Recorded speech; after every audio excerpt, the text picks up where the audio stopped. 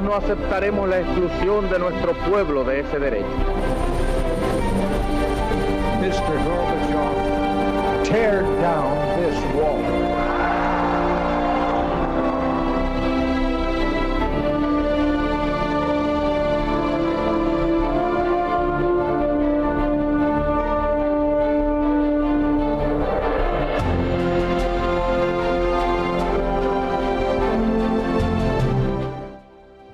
Muy buenas noches, señoras, caballeros, bienvenidos a Tiempos Modernos. El movimiento político más antiguo que hay en España no es el Partido Socialista, no es desde luego el Partido Comunista ni ninguna de sus formulaciones liberales. El más antiguo es el carlismo.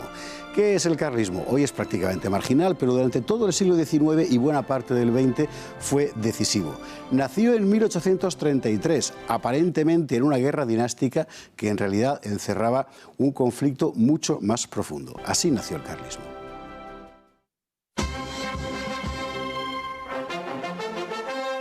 Todo el siglo XIX español y buena parte del XX tuvo un protagonista hoy casi olvidado, el carlismo, el tradicionalismo político llamado carlismo, porque su origen está en la reivindicación de la corona para el infante Carlos, hermano de Fernando VII. Recordemos lo que pasó. El rey Fernando VII muere en 1833. Deja dos hijas de corta edad. La mayor es Isabel, de 3 años. La ley sucesoria de ese momento, la llamada Ley Sálica, no contempla que una mujer acceda al trono si hay heredero varón. Y lo hay, el infante Carlos María Isidro, hermano de Fernando VII.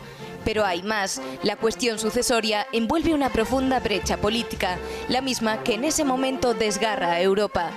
En torno a Carlos se agrupan los partidarios de la monarquía tradicional.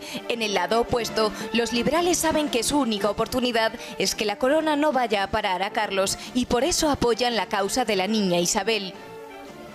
El rey Fernando, 3 años antes de morir, deroga la ley sálica. El trono será para Isabel. Después rectifica, pero ya es demasiado tarde para todos.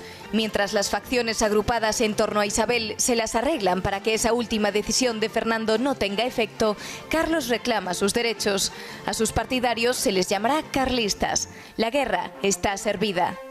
Y como la historia la escriben los vencedores, hoy se nos presenta al movimiento carlista como una siniestra reacción de aristócratas y clérigos encasillados en sus privilegios, partidarios del absolutismo, que manipularon el fanatismo religioso de los campesinos para oponerse a cualquier reforma política y a las libertades más elementales.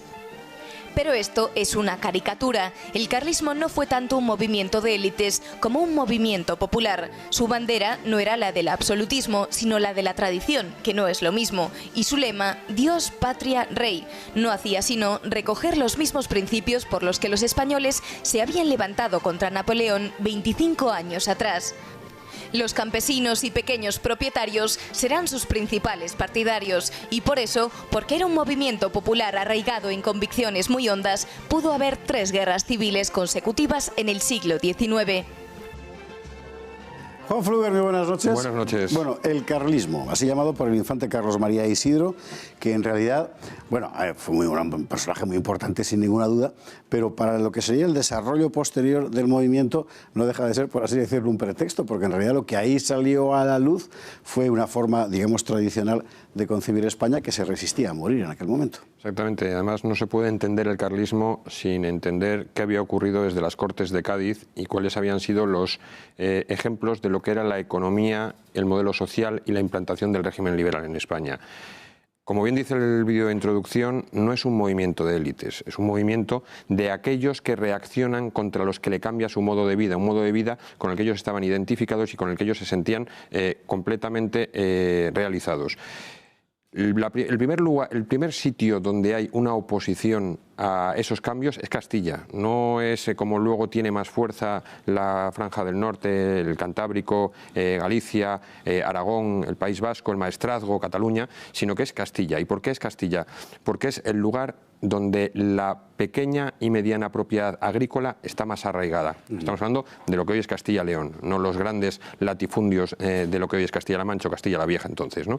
Entonces, estas personas tienen muy claro que todo lo que ha sido la experiencia tendencia liberal les ha perjudicado tanto en su modelo de vida con el que ellos están plenamente identificados, sus tradiciones, sus creencias, su religión, como con el sistema de propiedad y de comercio con el que ellos podían desarrollarse sin ningún tipo de problema. Bien, pues hay un impasse que es el reinado de Fernando VII. Bueno, tenemos el trienio liberal del 20 al 23, que sí que hay un intento, pero al final fallido, y ellos vuelven a consolidar su modelo de vida. Y cuando en 1830 Fernando VII enviuda por cuarta vez y decide casarse con María Cristina de Borbón dos Sicilias, que es prima suya, hay un movimiento dentro de la corte que defiende que Carlos María Isidro puede defender a esa población que se ve desamparada, ¿no?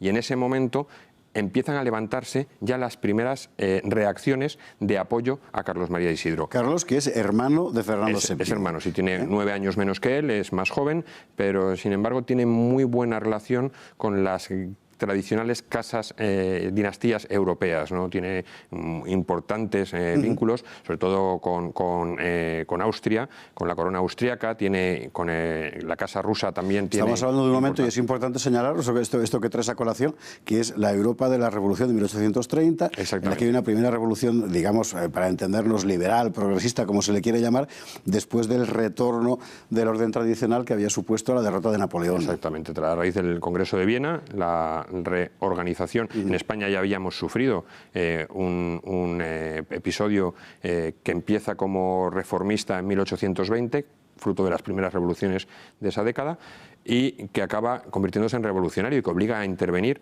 a lo que sería pues el organismo supranacional de entonces, ¿no? Que es la Santa Alianza, como representante de la garantía de la legalidad vigente que se implanta por acuerdo internacional en el Congreso de Viena. Explicar el siglo XIX siempre es muy complicado porque aparecen cosas que no siempre es fácil entender, sobre todo por cómo evolucionan después. Pero por simplificar, lo que tenemos es un conflicto larvado entre modernidad y tradición absolutamente en toda Europa al mismo tiempo, que se complica en el caso concreto de España, además, de forma muy particular, con las guerras napoleónicas. Contra Napoleón se alzan lo mismo los tradicionales, por así decir, que básicamente es el pueblo, como los liberales, muchos de los cuales, sin embargo, habrían estado encantados con un régimen a la francesa. En España tenemos liberales de 1812, que son los doceañistas, no sé qué, y luego una nueva revolución, sí, bueno, golpe de riego, en fin, liberal también, pero que es aplastada, con lo cual hay dos tipos de liberales distintos. Sí, los veinteañistas que son más radicales, que son los que se hacen cargo del gobierno a partir de 1822 y por eso obliga a intervenir a las fuerzas de la Santa Alianza, los 100.000 hijos de San Luis. Un follón importante. Sí, es complicado y además hay que meter otra variante más, que en España además está muy arraigada, y es que el liberalismo supone el ataque a la religión, al catolicismo, que en España no se entiende ni la organización territorial ni la organización social sin esa vinculación con las creencias religiosas total y profundamente arraigadas dentro de la población española. Por eso los lugares de mayor arraigo religioso son los que luego tienen mayor importancia el movimiento carlista en las 3 guerras carlistas. La cuestión es que dentro de todo este complejo paisaje que hemos dibujado a grandes rasgos, Fernando VII, que era el pastelero por antonomasia, engaña a unos y a otros, no terminó engañándose a sí mismo, alguna vez se engañaría a sí mismo también sin querer, en fin. Seguro, sobre todo a partir de la segunda enfermedad en el 32.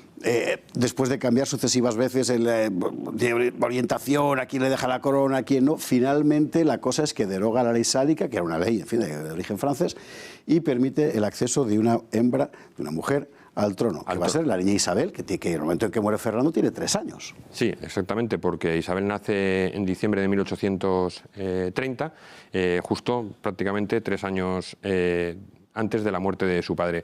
Lo que ocurre es que Fernando VII hace un juego que le sale mal, hace una jugada que le sale mal. Cuando él deroga, por medio de la pragmática sanción, la ley sálica, lo que está recuperando es un decreto que ya había realizado su padre en 1789, ¿no? Y la única condición que pone para que no haya movimientos y tal es que la derogación de esa pragmática sanción, es decir, la vuelta a implantar la ley sálica, tiene que quedar en secreto hasta después de su muerte. Él consideraba que iba a morir porque tenía un envejecimiento prematuro, era una persona con una salud bastante debilitada.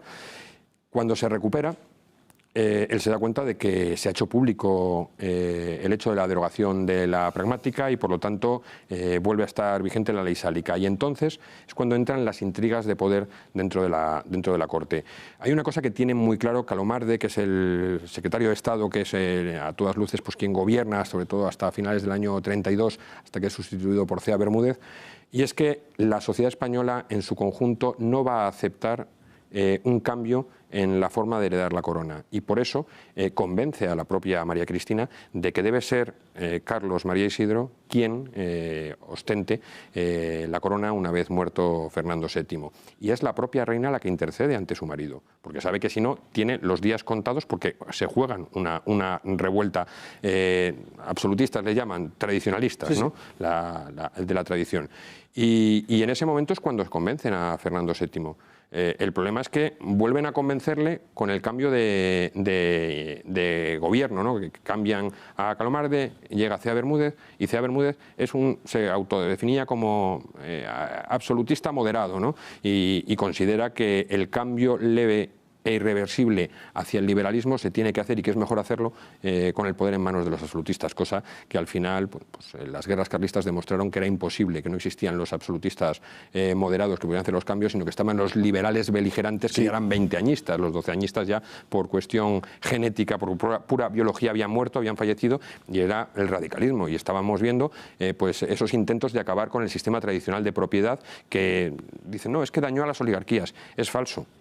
Decía el vídeo de introducción, ni las oligarquías religiosas eran carlistas porque fueron isabelinas, y era el clero rural, el que estaba día a día con los campesinos y con los artesanos, el que se levantó a favor del carlismo. Nos queda un minuto, un poco más, y básico para contar, ya que hemos planteado cómo nace el asunto, cómo florece después.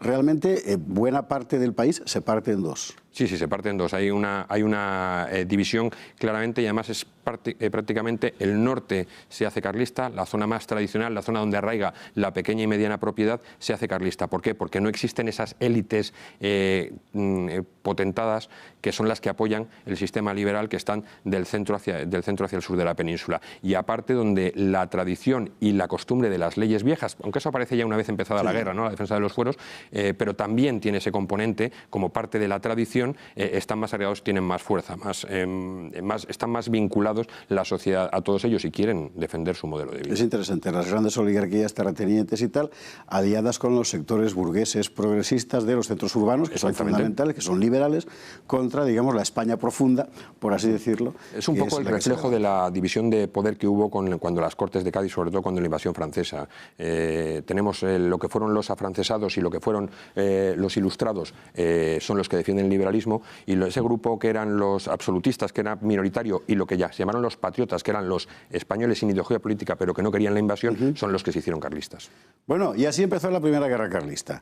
Y vendrían más, y habrá tiempo para hablar de todas ellas, pero hoy se trataba de ceñir exactamente esta cuestión. ¿Cómo fue, qué fue el origen del carlismo? Es lo que hemos explicado. Juan Fruger, muchísimas gracias. Gracias a ti, como siempre. Y a ustedes, como siempre, buenas noches y hasta el próximo día.